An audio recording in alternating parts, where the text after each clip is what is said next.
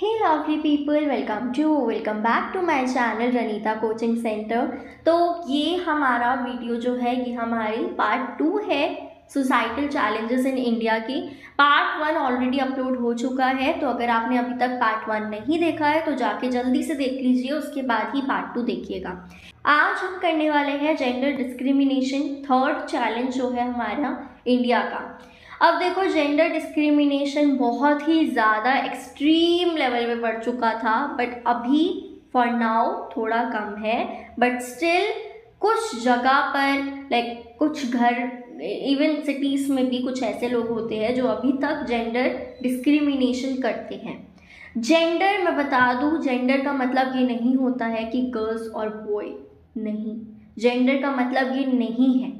Gender का मतलब यहाँ पर ये होता है कि जो हमने इनइक्वालिटी, हमारी सोसाइटी ने इनइक्वालिटी जो गर्ल्स और बॉयज़ के बीच में पैदा कर दी है ना, दैट इज जेंडर। ठीक है, जिसमें कि अलग अलग रोल जो है वो सेटल हो गया है। गर्ल्स का घर पे बैठ के खाने बनाने का या सफाई वफाई करने का काम है, और बॉयज़ का काम है कि वो बाहर जाके अर्न करेंगे, ठीक है, कमाएंगे और घर चलाएंगे। ये दो चीज़ें जो है, अलग अलग रोल जो है गर्ल्स और बॉयज़ का यहाँ पर सेट कर दिया गया है। ये ही हमारा है gender. Okay, clear? Now, what is gender? It specifies the role that boys, men and girls, women have to follow. Women are supposed to sit at home and look after the family, while men are seen as breadwinner. Breadwinner मतलब वो earn कर रहे हैं और घर चला रहे हैं, ठीक है। Gender is a type of stereotyping. एक जेंडर जो है ये टाइप है स्टेरोटाइपिंग का। Women and men are equally important for the growth and development of individual and social life. This is truth, no, कि गर्ल्स और बॉयज दोनों ही इम्पॉर्टेंट है। ऐसा नहीं है कि सिर्फ गर्ल्स इम्पॉर्टेंट है या सिर्फ बॉयज इम्पॉर्टेंट है, दोनों ही इक्वली इम्पॉर्टेंट है। The women play an important role as mother. Women जो है वो एज अ मदर बहुत अच्छा रोल जो है वो प्ले करती है। एंड द सेम मेक्स एक unique however careful analysis of Indian society indicates that the situation is not good for women. Women के लिए सिचुएशन जो है वो इंडिया में इतनी अच्छी नहीं है। जेंडर डिस्क्रिमिनेशन की बात करें तो as per the literature female child has been treated inferior. ठीक है, फीमेल चाइल्ड को इन्फीरियर ट्रीट किया जाता है as compared to male child. ठीक है, as a male child is considered a blessing. Male child को एज अ ब्लेसिंग ट्रीट किया जाता है। उसके बर्थ पे जब एक लड़का पैदा होता है तो सेलिब्रेशन होती है, वहीं फीमेल चाइल्ड जब एक लड़की पैदा होती है तो इतने अच्छे से सेलिब्रेट नहीं किया जाता है, क्योंकि ऐसा माना जाता है कि अगर लड़की पैदा हुई तो वो बर्डन है अपने मम्मी पापा पे, अपने पेरेंट्स पे और अपनी फैमिली पे। बिकॉज उसकी शादी के टाइम उनके पेरेंट्स को डॉरी देनी है, ठीक है, दहेज देना है, तो एक तरह का बर्डन है। उसकी सिक्योरिटी का ध्यान रखना है, उसका उसके साथ कुछ गलत ना हो जाए जब तक उसकी शादी ना हो, उसका ध्यान रखना है। उसकी शादी के टाइम उसको दहेज का सामान देना है, इतनी चीज़ें देनी है, इसलिए बर्डन माना जाता है। The pattern of discrimination against women varies across rural, urban and tribal areas. Some Indian women have been able to overcome the barriers. कुछ Indian women ने इस बैरियर को ओवरकम किया है in their path और वो सक्सेसफुल भी बनी है। In this connection, one can mention the name of Pandita Rama Bai. Today, the presence of women in various occupation and public officer is much more prominent than what it used to be during early periods. आज के समय पे हर एक औरत जो है, हर एक नहीं कह सकते, बट मोस्टली वुमेन जो है वो वर्किंग होती है। ऐसी कोई भी ऐसे सिचुएशंस नहीं होती है जिसमें वुमेन को गाँव, थोड़े ऐसे एरियाज़ को हटा के बहुत कम ऐसी जगह होती है जिसमें आज भी डिस्क्रिमिनेशन हो रहा है वुमेन के साथ। लेकिन एक चीज़ का डिस्क्रिमिनेशन आज भी है जो कि मेरा एज अ पर्सनल ओपिनियन है ये चीज़, कि यार देखो, जो कि आप अपने एग्जाम्पल में भी मेंशन कर सकते हो कि आज के टाइम पे अगर ऐसा कोई क्वेश्चन आता है कि आज के टाइम पे आपको क्या लगता है कि जेंडर डिस्क्रिमिनेशन कैसा हो रहा है, तो आप ये वाला पॉइंट ऐड कर सकते हो जो मुझे एज पर्सनली लगता है कि हम गर्ल्स ने एक तरीके से देखा जाए तो हमने उस बैरियर को तोड़ चुके हैं कि we are excelling in different fields. कोई डॉक्टर है, कोई इंजीनियर है, कोई लाइक टीचर है, अलग अलग फील्ड में गर्ल्स को पाया जा रहा है, देखा जा रहा है। लेकिन फिर भी गर्ल्स से ये उम्मीद की जाती है आफ्टर मैरिज और before marriage also in some homes कि we are giving you permission to work, but still जब आप घर आए तो आपको घर संभालना है, आपको खाना बनाना है, आपको अगले सुबह उठ के सफाई करनी है, बर्तन धोने हैं, कपड़े धोने हैं। क्या ये जेंडर डिस्क्रिमिनेशन नहीं है कि जब एक लड़का घर आ रहा है ऑफिस से थक के तो उसको अच्छे से ट्रीट किया जा रहा है, उसको बोला जा रहा है कि तू थक गया है तो सो जा। ऑन दी अदर हैंड जब एक लड़की घर आ रही है थक के तो उससे ये कहा जा रहा है कि अभी तक खाना नहीं खाया, खाना बना दो। व्हाट? आपके लिए जेंडर डिस्क्रिमिनेशन नहीं है क्या? तो आपका क्या पॉइंट ऑफ व्यू है इस चीज़ पे? कमेंट्स में ज़रूर बताना, बिकॉज आज के टाइम पे आई थिंक ये जेंडर डिस्क्रिमिनेशन बहुत चल रहा है इस चीज़ को लेके। अब आता है हमारा next, factors leading to gender discrimination in the society. अलग अलग फैक्टर्स हैं जो कि जेंडर डिस्क्रिमिनेशन हमारी सोसाइटी पे लीड कर रहा है। बचपन से लेकर पेरेंट्स जो है वो अलग अलग तरीके से अपने बच्चे को ट्रीट करते हैं रिलेटेड टू देयर सेक्स, ठीक है, क्या वो गर्ल है या फिर वो बॉय है, उस चीज़ को देखकर, ठीक है। अब आता है बहुत सारी सोसाइटी में प्रॉपर्टी की जो ओनरशिप होती है वो अनइक्वल होती है, लड़के को मिलती है, लड़की को नहीं मिलती है। Women are regarded as a burden, ये तो हमने देख ही लिया कि वुमेन को एज अ बर्डन ट्रीट किया जाता है, कि वो एक बर्डन है सोसाइटी पर, because they have traditionally less access to paternal property. After the marriage के बाद उनको घर छोड़ना होता है, अपना हस्बैंड के घर जाना होता है, और उस चीज़ पर भी उनको डॉरी दी जाती है पेरेंट्स के द्वारा, बहुत सारा सामान जो है वो दिया जाता है, तो ये चीज़ आ जाती है, ठीक है। As a result of spread of education and awareness, women begin to enter the workforce in large number, है ना, वर्कफोर्स में जा रही है, काम कर रही है महिलाएं, ठीक है। The women who are engaged in household jobs are treated as non-working individual when on an average they spend more than 8 hours. एक और चीज़ है जो एज पर्सनली मुझे भी ये चीज़ बहुत ज़्यादा क्लिक कर जाती है कि यार देखो, जो वुमेन्स काम कर रही है वो पैसा ला रही है, जो वुमेन्स नहीं कर रही काम, जो घर पर हाउस मेकर है, वो उनको ऐसे ट्रीट किया जा रहा है कि वो तो कुछ काम ही नहीं करती, जबकि वो एक वर्किंग पर्सन से ज़्यादा काम करती है। उनका काम सिर्फ इतना नहीं होता कि वो सुबह गई और शाम को आ गई, उनका काम सुबह शाम रात पूरा दिन चलता ही रहता है। Just because they are not earning anything, just because वो घर पर है, इट डजंट मीन कि यार वो कुछ कर ही नहीं रही, दे आर फ्री, ये नहीं है इसका मतलब। तो ये भी एक तरह का जेंडर डिस्क्रिमिनेशन है। अब आता है gender empowerment. The constitution of India gives women equal rights, है ना, हमारी कॉन्स्टिट्यूशन ने हमें क्या है, इक्वल राइट्स दिया है, मेन और वुमेन का राइट जो है वो इक्वल है।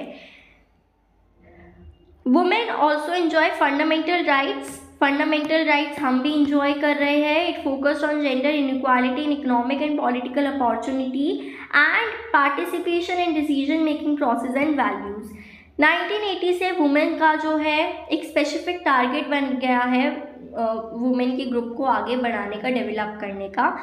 The following steps have been taken to improve situations in this direction. Empowering the women through education and legal protection rights of the girl child to education, nutrition and health must be taken care of. To eradicate the injustice, the UN established a committee on elimination of discrimination against women. ठीक है, to evolve and interface on the government side of the social activists in India who have worked towards uplifting standard of living and compact communism, female foeticide and for women's empowerment. तो government, हमारी government ने बहुत सारे step जो है वो उठाए हैं वुमेन्स की सिक्योरिटी के लिए, वुमेन्स के डिस्क्रिमिनेशन ना हो इस चीज़ के लिए।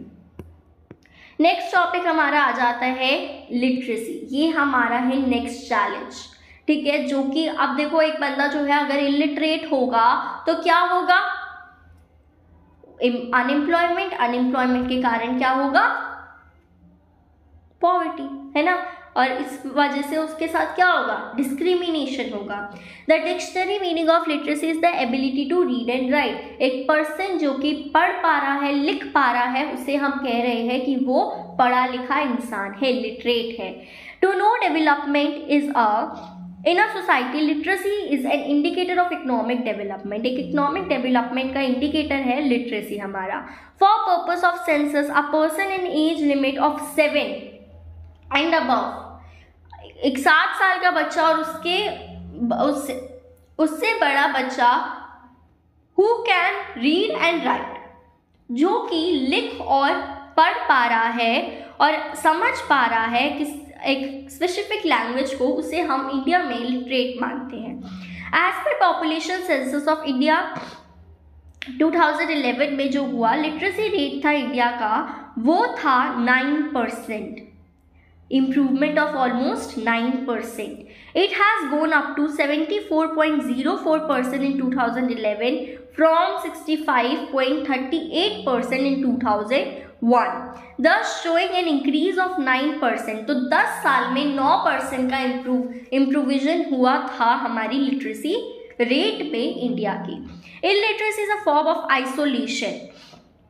It takes away from man his dignity. एक अगर आप खुद देखो, अगर if you are not literate, अगर आप एक अनपढ़ इंसान है तो एक अनपढ़ इंसान को इतनी ज़्यादा सिक्योरिटी नहीं मिल पाती है, डिग्निटी नहीं मिल पाती है, उसे रिस्पेक्ट नहीं मिल पाती है इतनी।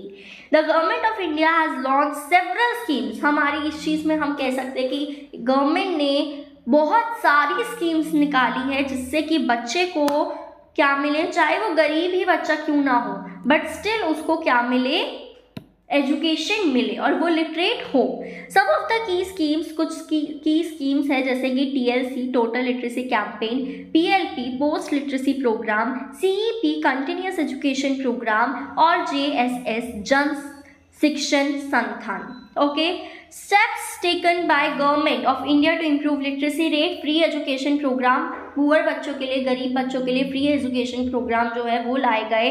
Setting up of new schools और न्यू कॉलेजेस जो है वो डिस्ट्रिक्ट और स्टेट लेवल पर लाए गए। सेवरल कमिटीज़ हैव फॉर्म्ड, बहुत सारी कमिटीज़ जो है, सेवरल कमिटीज़ जो है वो बनी है कि एक प्रॉपर यूटिलाइज हो, ठीक है, इंश्योर करने के लिए कि प्रॉपर यूटिलाइजेशन हो रहा है फंड्स का।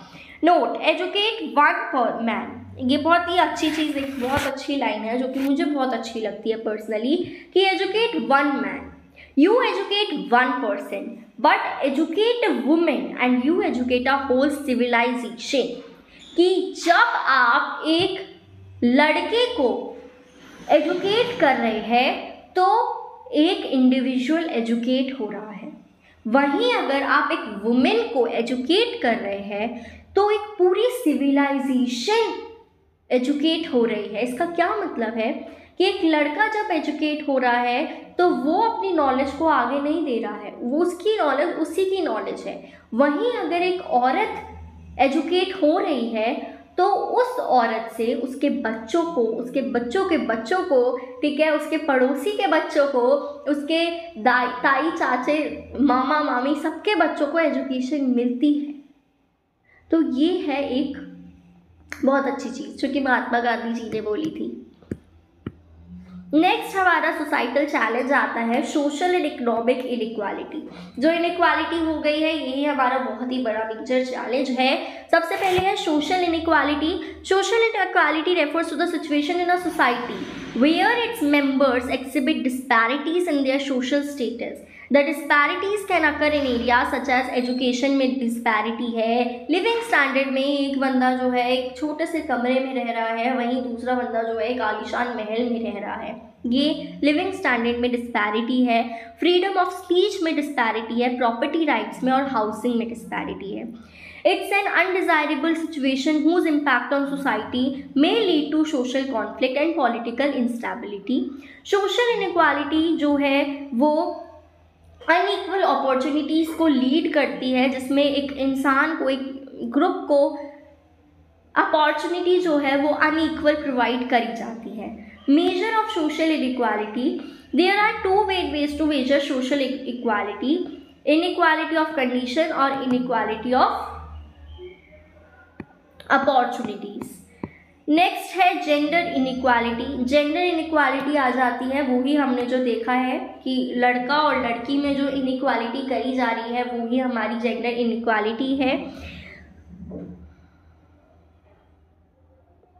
Women participation in work has been increasing globally, but women are still faced with wage disparities and differences compared to what men earn. Women's की सैलरी कम होती है as compared to men बहुत जगह पर, not सारी जगह पर but बहुत जगह पर।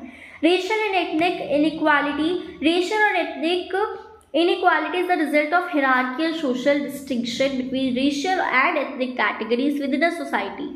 And often established based on characteristics such as skin color. Racial और ethnic inequality का क्या मतलब है कि गोरा और काले में जो डिस्पैरिटीज हो रही है, इनइक्वालिटी हो रही है वो, या फिर किसी के कल्चर को लेके, किसी के ओरिजिन को लेके, किसी के प्लेस को लेके, ये सारी इनइक्वालिटीज जो है इस चीज़ पे आ जाती है। एज इनइक्वालिटी हो रही है, ठीक है, एज डिस्क्रिमिनेशन हो रहा है, अनफेयर ट्रीटमेंट हो रहा है। एक और चीज़ हुआ है सो कॉल्ड एजिज्म, कि हम तुमसे बड़े हैं, तुम्हें हमारी बात माननी चाहिए, चाहे वो बड़ा इंसान जो है वो गलत ही क्यों ना हो। ये चीज़ बहुत हो रही है। One form of ageism is adultism which is discrimination against children and people under the legal adult age. Next है इकोनॉमिक इनइक्वालिटी, ये भी हम देख चुके हैं। इकोनॉमिक इनइक्वालिटी जो है वो गैप है between poor and rich. Education and inequality, education वाले एरिया में तो बहुत ही ज़्यादा इनइक्वालिटी होने लग गई है। Where there is a high demand for workers create high wages for those with this education, however increasing in education increase and then decrease growth as well as income inequality. As a result, those who care are unable to afford an education. इसके लिए जो लोग जो का education को afford नहीं कर पा रहे हैं और choose not to receive pursue optional education generally receive much lower wages, कि जो पर्सन इलिटरेट है वो उसको कम पैसे मिलते हैं, या फिर जो बंदा ज़्यादा एजुकेटेड नहीं होता उसको लोअर वेज मिलते हैं एज कम्पेयर टू जो एजुकेटेड पर्सन है वो। Education is very important for growth of the economy, है ना। Gender inequality in education can result to low economic growth and continuous gender inequality in education, thus creating a poverty trap. तो ये हमारी थी challenges जो हमारी India में चल रही है, societal challenges. So this is all about this video and this chapter. I will meet you in next video. अगर आपको ज़रा सी भी हेल्प मिल रही है इन वीडियोस से तो यार एक सब्सक्राइब करने में क्या चला जाएगा, सब्सक्राइब कर लीजिए चैनल को, क्योंकि आपका पूरा सिलेबस कंप्लीट करवाने की बिल्कुल पूरी कोशिश कर रही हूँ मैं चैनल पर। अगर आपका रिस्पॉन्स अच्छा आता है तो और जल्दी वीडियोस आएगी, वो चीज़ मुझे मोटिवेट करेगी। ऑब्वियसली सबको मोटिवेट करती है जब रिजल्ट मिलता है थोड़ा सामने से। So subscribe the channel. I will meet you in next video. तब तक के लिए बाय बाय।